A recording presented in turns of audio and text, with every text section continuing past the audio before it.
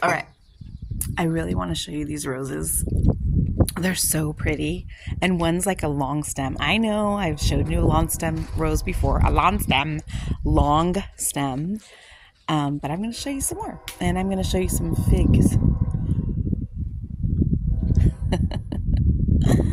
And in case you're wondering, I do wear makeup every now and then. And I guess right now you could say my hair does not look combed. It's just the wind.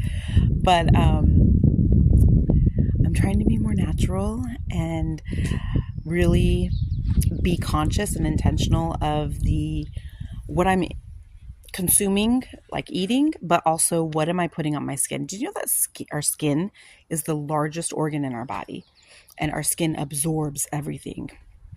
Just a side note. Okay, back to nature. Look at these cute little fig leaves coming out of the tree. All right, here's some figs that are just growing. Look at that puppy. Oh my gosh, I love this tree. And then there, I don't know if you can see it, right there. Those little things, that's the Asian pear tree,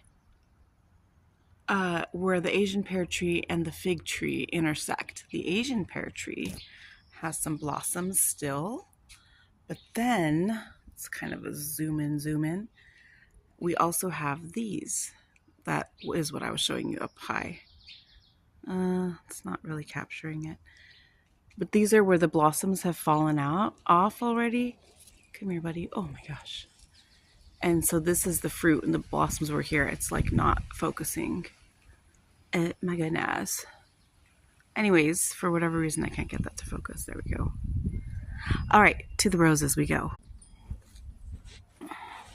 Birkenstocks, baby. Look at these beauties.